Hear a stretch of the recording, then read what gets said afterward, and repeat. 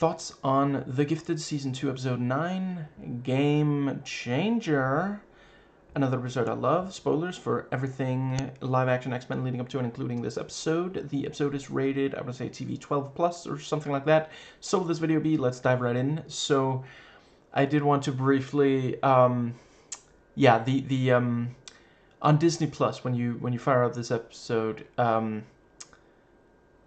the thing says, 3 factions collide, which is technically true, because Fade fights Marcos and, Fade fights some of the Mutant Underground, who then fight, the Purifiers, who do manage to shoot Fade. So technically 3 factions collided. It's just slightly misleading is all. But no, I absolutely love this episode. Let's see. Yeah, we get another flashback. I did at first think, I suppose it's possible it will still happen, but the fact that we don't see Rebecca kill her parents made me wonder if that was a lie. I thought we were going to see her kill her parents right then and there, because, like, could she really have done it after she was put in the place? Wait, did she escape and then kill them? Did she kill them when they visited? I don't know. But I suppose it is still possible, though now that she's dead, it seems less likely to be very important for, like, plot and such. Now, let's see, what's the other thing that I wanted to say with that? I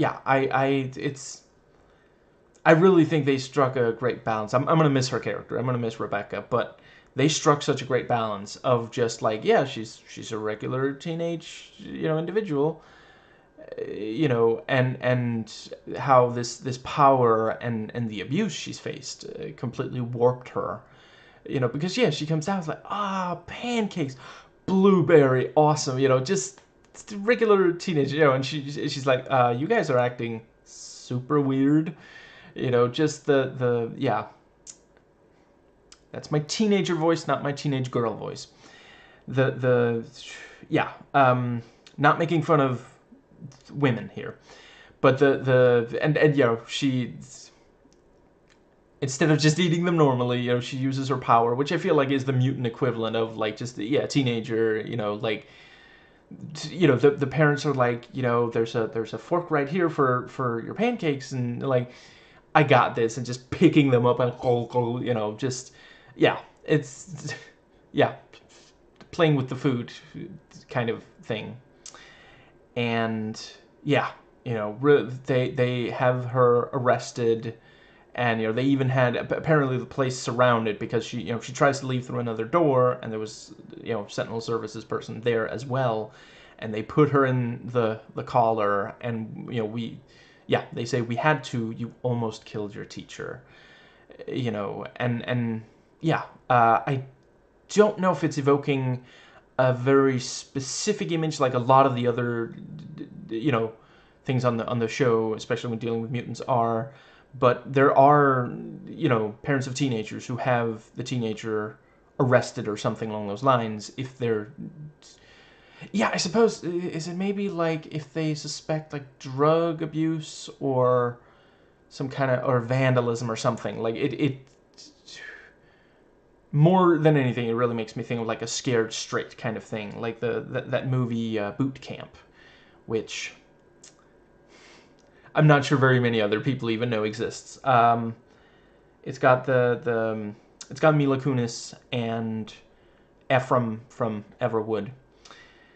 But yeah, let's see, what's the other thing?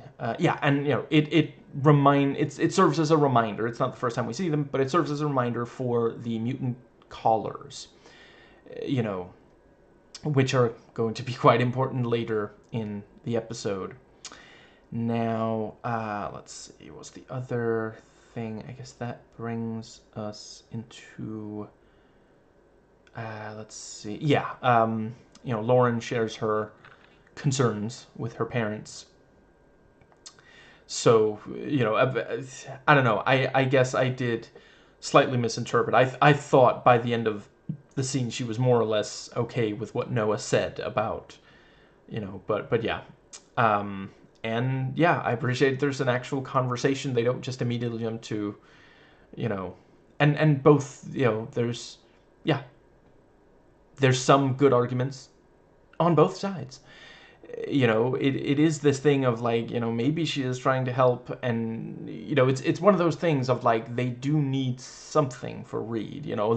By the end of the episode they managed to steal some of the damn medication, I suppose I'll be calling it.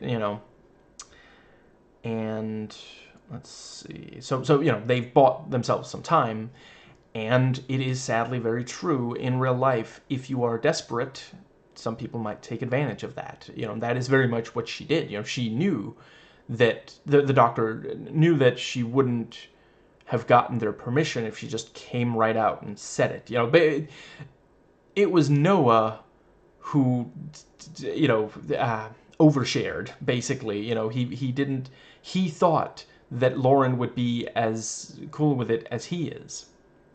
And it's one of those things of like, you could say he's somewhat like a cult member, or if we're going with the LGBTQ plus metaphor, one of the supposed ex-gays, or I've been watching Genetically Modified Skeptics backlog. I'm afraid I forget the name, but there's one that Drew of GMS. Drew of GMS has been talking about, and apparently the guy saw the video and was like, I never said I was ex-gay. I said I was formerly gay, which that's how you're dealing with a conservative. Like that, okay, distinction without a difference. Like ex and former, like you'd have a point if Drew had said you were like an ex-bi, or that you I don't know, transitioned and detransitioned, because those are inaccurate. But conservative Christians think they can talk their way out of no matter how logical a thing is. They're just, we're gonna move on. An ex-gay, or maybe one of those detransitioners, or even trans people who turn conservative, and try to weaponize their negative experiences, against the entire trans community. And to be clear, there's nothing wrong with being with detransitioning, and I do think that regardless of your identity, you're 100% entitled to choose to follow whatever ideology you want. My issue is when they use those things to hurt people. If you're conservative but you're not using it to hurt anyone, 100% we cool, we good, no problem there. But they're using it as excuses to target trans people who are doing nothing wrong. Now, let's see. I think that brings us nicely into, recently it's been working pretty well if I just focus on one storyline until I've talked about everything with that storyline, and then move on to another storyline, because I can't completely remember what order scenes come in an episode anymore. So yeah, we're sticking with the Struckers, yeah. I gotta say, when Lauren said, did someone who worked on this episode just think that, like, breakfast pancakes and waffles are like a sign of evil? Because I can't help but, we're 2 for 2 in this episode. Here, sweetie, have some pancakes. Please ignore the van pulling up and say, I didn't hear anyone. Yeah, that's some quality gaslighting, Ma. At least the father's like, oh, must be the gardener. And then you have Madeline being like, oh, please have some waffles. Yeah.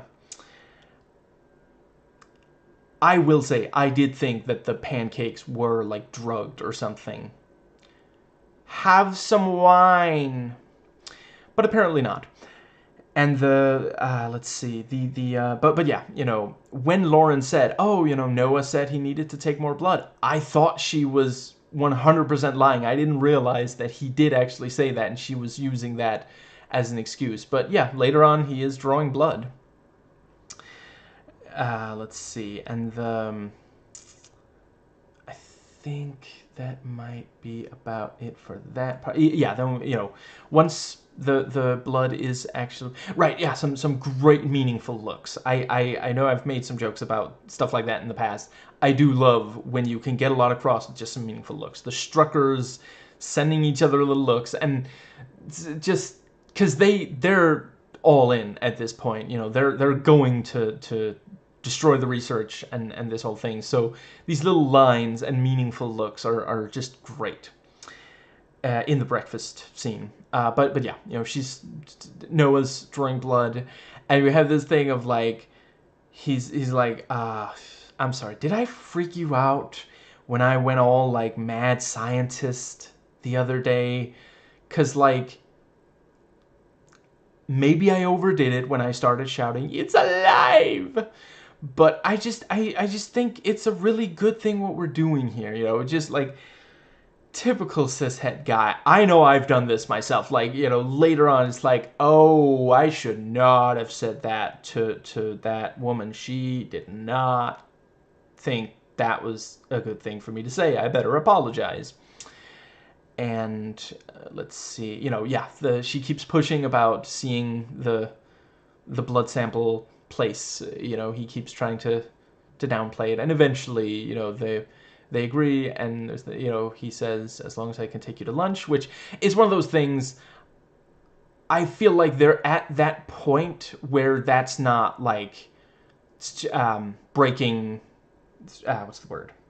He's not going too far. If he just like, if he bumped into her on campus first time, it's like, let me take you to lunch, that might be creepy. But they've had conversations, they've socialized a little bit outside of the whole work thing, you know, the professional relationship. So yeah, you know, and he is like being casual and smooth about it. He's not like pushing way too hard. And then he says, or perhaps second breakfast. Noah? I don't think she knows about second breakfast.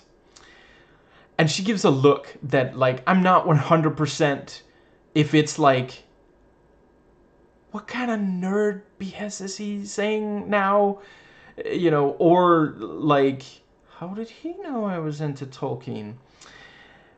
Now, let's see. Yeah, and you know, he takes her there, shows the lab and or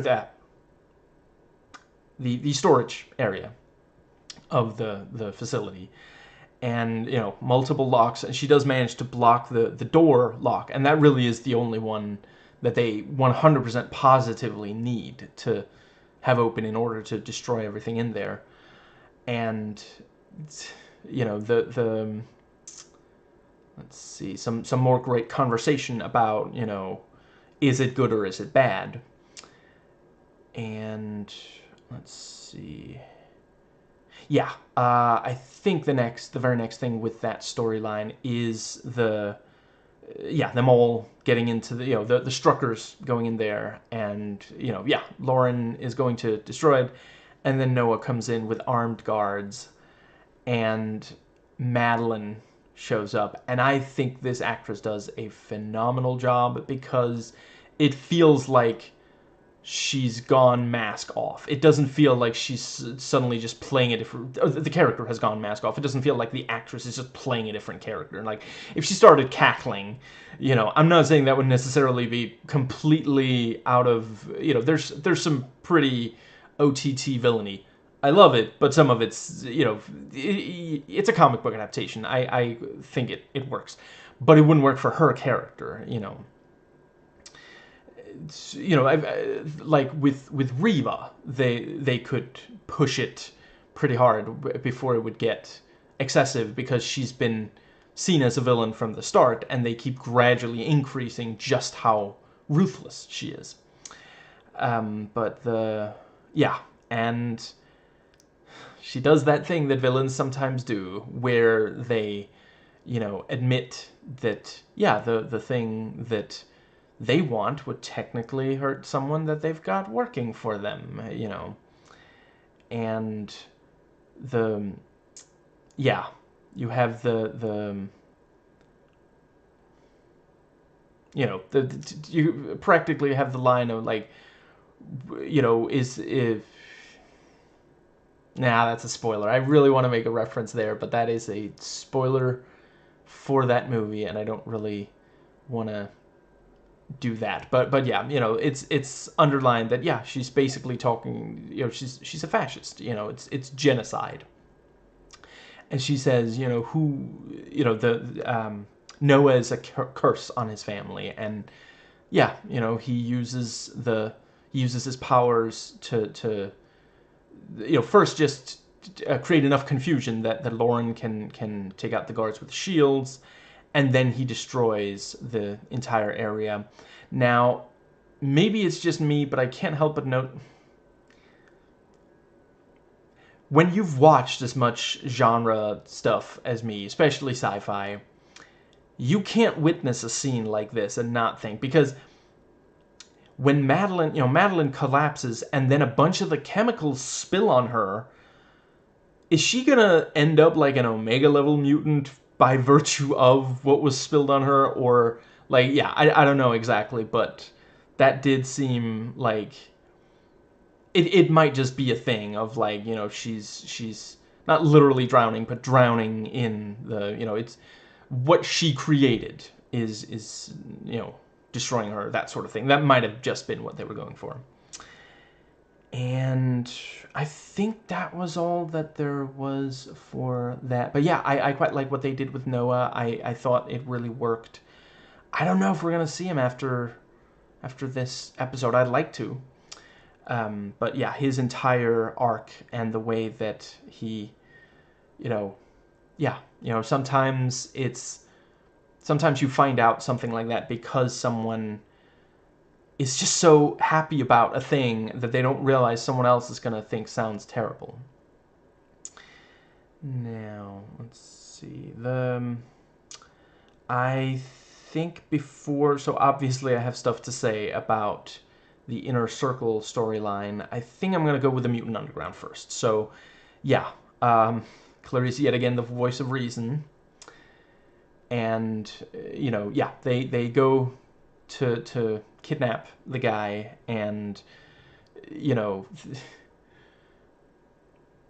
did at one point Marco's in the car like turns off music, like was that supposed to be a reference to like when the when some of in X-Men 2 when some of them put on let's see, I think it's Pyro puts on music, and it's NSYNC's Bye Bye Bye, which I guess is Cyclops is something he listens to, and yeah, the they're disgusted and immediately turn off. I don't know.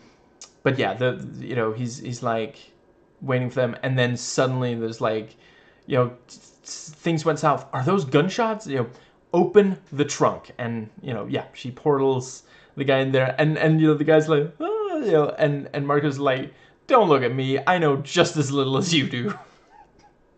He says, and then drives the kidnapped victim away. Let's see, but yeah, that was a great little thing there, and yeah, it is showing, it's one of those things, we don't need to see them kidnap him, it's fine to just see that it went south, because the point being made here is that the I can't believe I'm blanking on his name, John is going too far. He's yeah, and Clarice is taking issue with it, and Marcos is just trying to keep up. So yeah, and not very long after, Clarice leaves to go help the mutants being arrested for having the X gene. And that again is like, there's a lot of situations where people have been targeted, just as like, well, your ethnic group, there's at least one member of your ethnic group has done something, so we're gonna arrest you just in case, or worse. and I at first thought that they were gonna do like a bad cop, good cop thing.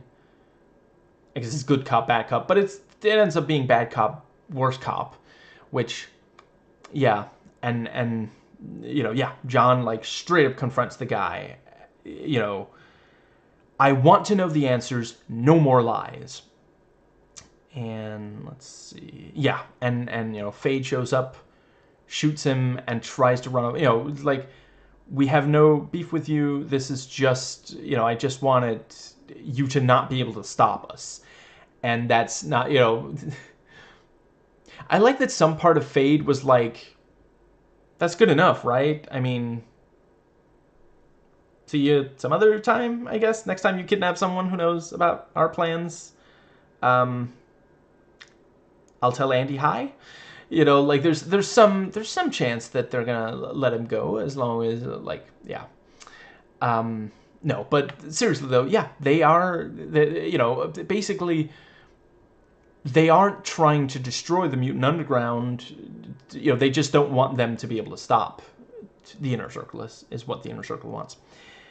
And yeah, very cool, super strength versus invisibility fight. Fade can't win without using his invisibility, and as he does that, he's able to get some hits in on John that John doesn't see coming for some reason. And yeah, it was very cool. He picks up, footsteps, heavy breathing, these kinds of things.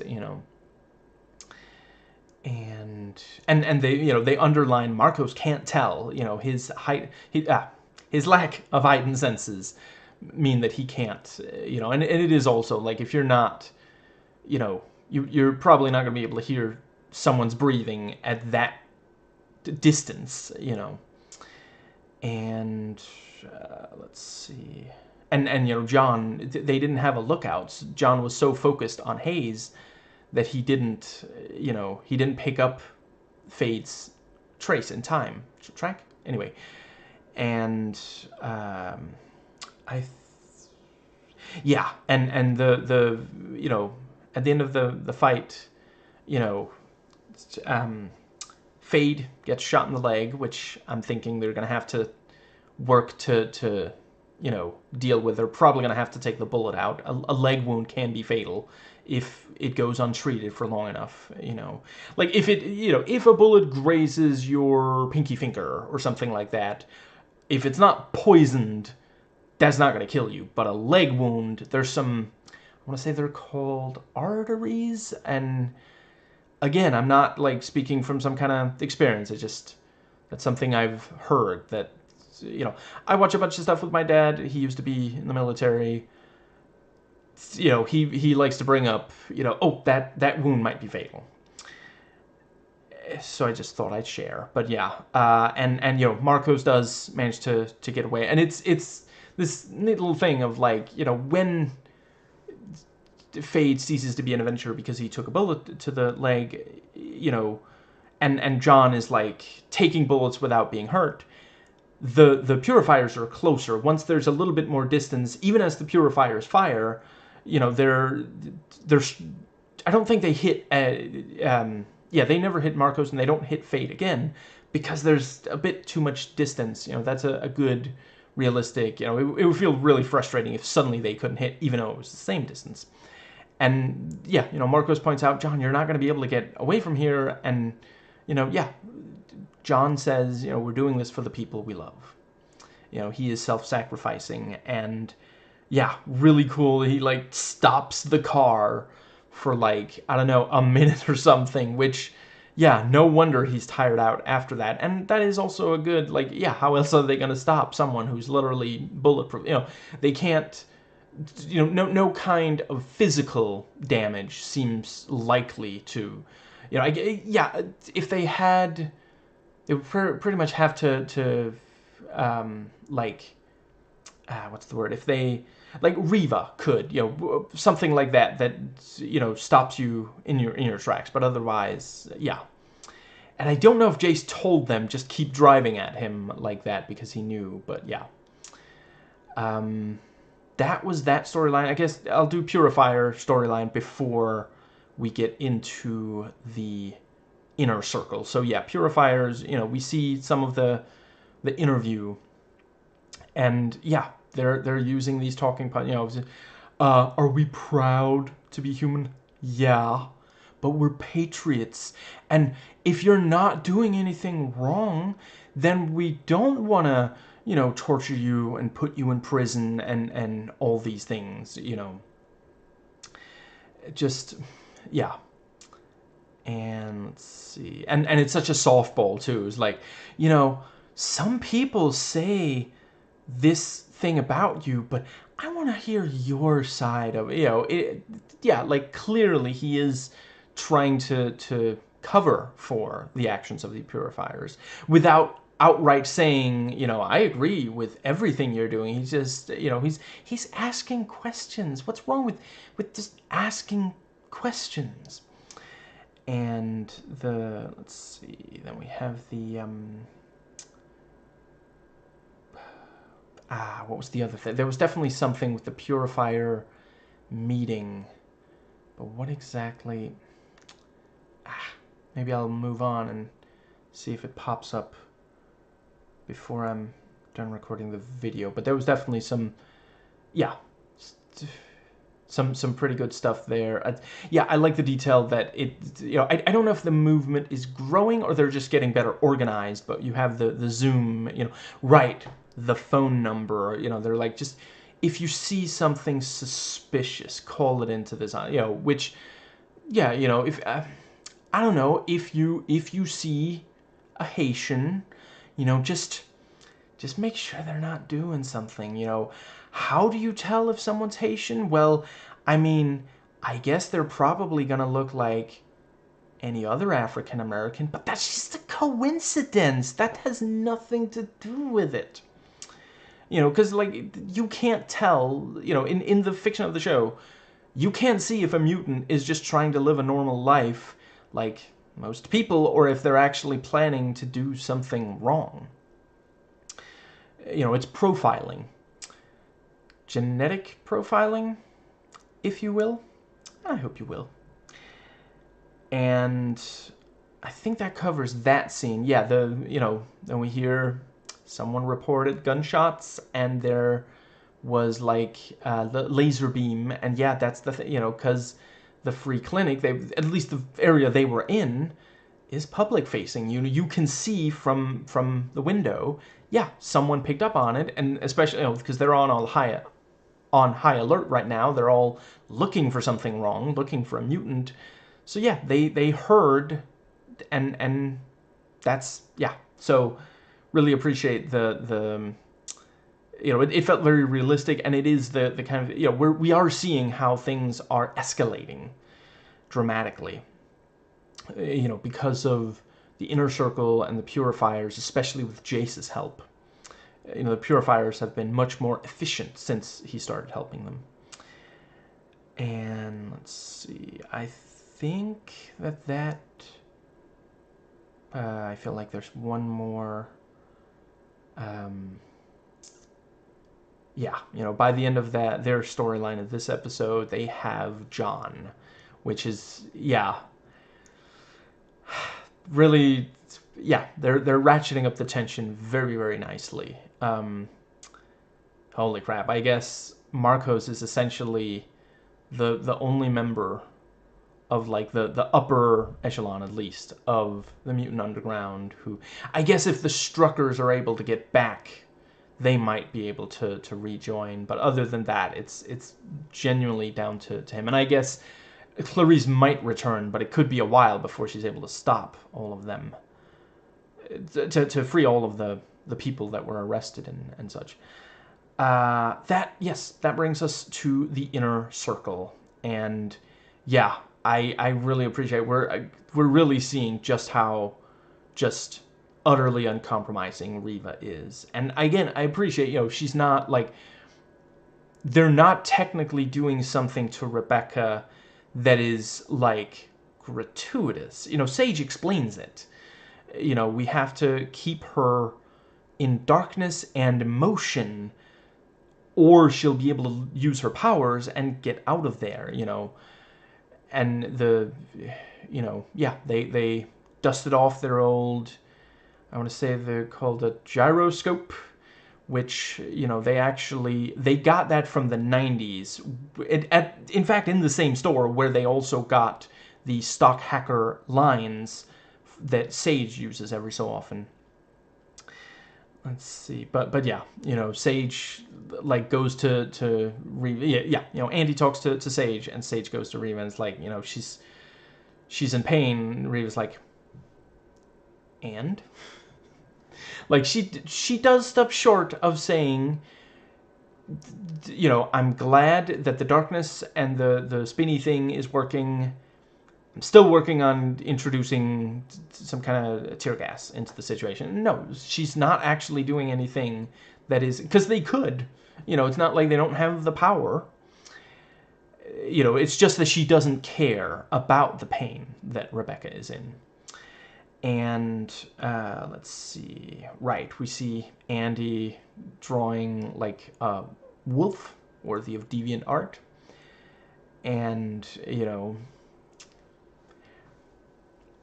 they're accomplishing several things there because it's him being creative. It's him going in a direction that isn't necessary. Like, he's not like studying for the next phase of their overall mission, you know. And it is specifically a wolf, like Fenris. So he's thinking about Lauren, thinking about getting back to her, thinking about their power, you know, just very, very nicely done. Great attention to detail. Because it could have been, like, they could have had him draw just anything, or not draw at all, you know. And yeah, you know, Reva explains the situation to him. And I like the little bit where, like, she says something along the lines of, sometimes I forget how young you are. And he basically says, don't treat me like a kid. And she says, you know, paraphrasing here, then don't act like one, you know. And I'm not saying that she's necessarily right or that he's necessarily wrong. This is a really messed up situation. But yeah, teenagers, I remember it well, hate being treated like they're still children. And sometimes the key to being treated as an adult, and I'm not saying it's always, you know, but sometimes the reason adults treat teenagers like children is because they're not acting their age. They're not being as mature as they should, you know. Yeah. Let's see. And I gotta say, I thought they would have some kind of security system to prevent Andy, you know, breaking her out. But I guess Reva does just trust him that much. And I guess it's not entirely unfounded because he did stop her when it was clear that that was going to be necessary. But yeah, you know, Andy goes and frees Rebecca, and, you know, it's just, yeah, from within like a minute, you know, it's, yeah, at first, you know, Rebecca's like, you saved me, you got me out of here, you know, and he's like, of course, you know, we're gonna leave, we're gonna hide somewhere, you know. And they're so happy together, and then she, with the big smile on her face, starts talking about, oh, we have to take care of them, you know. Reva hates me, you know. This is the only, you know, last time I left, she tracked me down. This is the only way, you know, which, like, always beware of people who say this is the only way. Like, I'm not saying it's never accurate. There is a low percentage of times where it is indeed the only way. I don't think this is one of them. But yeah, if you hear someone say this is the only way, try to really re-examine and see, is there really not any other way, you know? And let's see, I think that brings us to, yeah, so, you know, they're taking the elevator, and, you know, she says, stay back, don't make me stop you. You know, she walks up, and I really appreciate, like, the editing makes it clear. If Andy hadn't done anything, she would have killed them, because it takes her mere moments. You know, she did start to form the cube around them, and yeah, like, once that happens, you can't really do anything. You know, Reva wasn't expecting her. She had her back turned, you know, and it also, with it, as far as I can tell, Rebecca is able to fire up her power, ready it faster to the point where you can't really stop it because, yeah, once the cubes. Whereas Riva, it takes like just maybe a second or two before she can really have an impact on, And yeah, everyone, all of them were in that room with their backs turned, not expecting someone to come in from the inside. And yeah, Andy, uses his power, knocks her back, not intending to hurt her, just trying to stop her. And he's developing a bad habit of trying to use his power to non-violently stop women that he cares deeply about and accidentally knocking them into things to where they get hurt. So, and I don't think that's accidental. This is twice this season. And it wasn't that many episodes ago that it was Lauren he was doing this to, So yeah. And in this episode, they also talk about, let's see. According to the tests, Lauren's DNA has 2 X genes, the powers of both her and Andy. And let's see. I really appreciate Polaris, Lorna, taking care of... I'm not sure she's identified as Polaris yet. I forget. But yeah, Lorna, like she comes in, do you want to talk? And he's like, not really. And then he does move over on the, to make room for her on the bed. And yeah, they have a conversation. Is this really worth it? And she points out this is going to free all those mutants in captivity. And that brings us to the scene where they free all those mutants in captivity. And yeah, really, really well done where we see, the various mutants with the collars, they come off. We see several of them use their powers. One guy, like, snaps his fingers and, I guess his power is pyrokinesis. He sets a guard on fire, which, yeah. And yeah, we see a bunch of them run, and yeah, this is one of those things where I don't think that the show is going to suggest that, like, everyone... Like, we already know that some people were...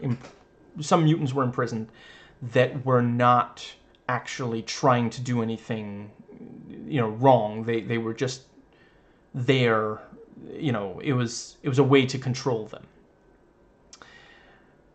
I don't think the show is going to suggest that, every single one of them is just going to turn around, join the mutant uprising.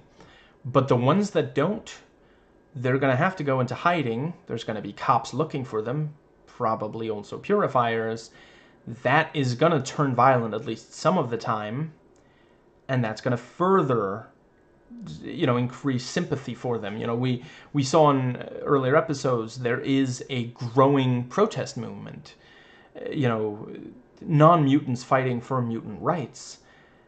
This kind of thing is just going to make that even more. And the fact that they were freed is going to enrage the anti-mutant protesters, So, yeah. And the Inner Circle, they are so powerful and so well hidden that they're probably not going to be, like, badly injured in this overall battle, and they, maybe they'll sit back, maybe they'll help.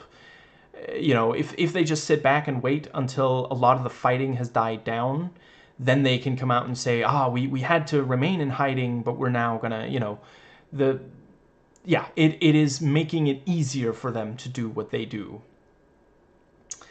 And I think that just about... I feel like there was at least one more thing. Let's see.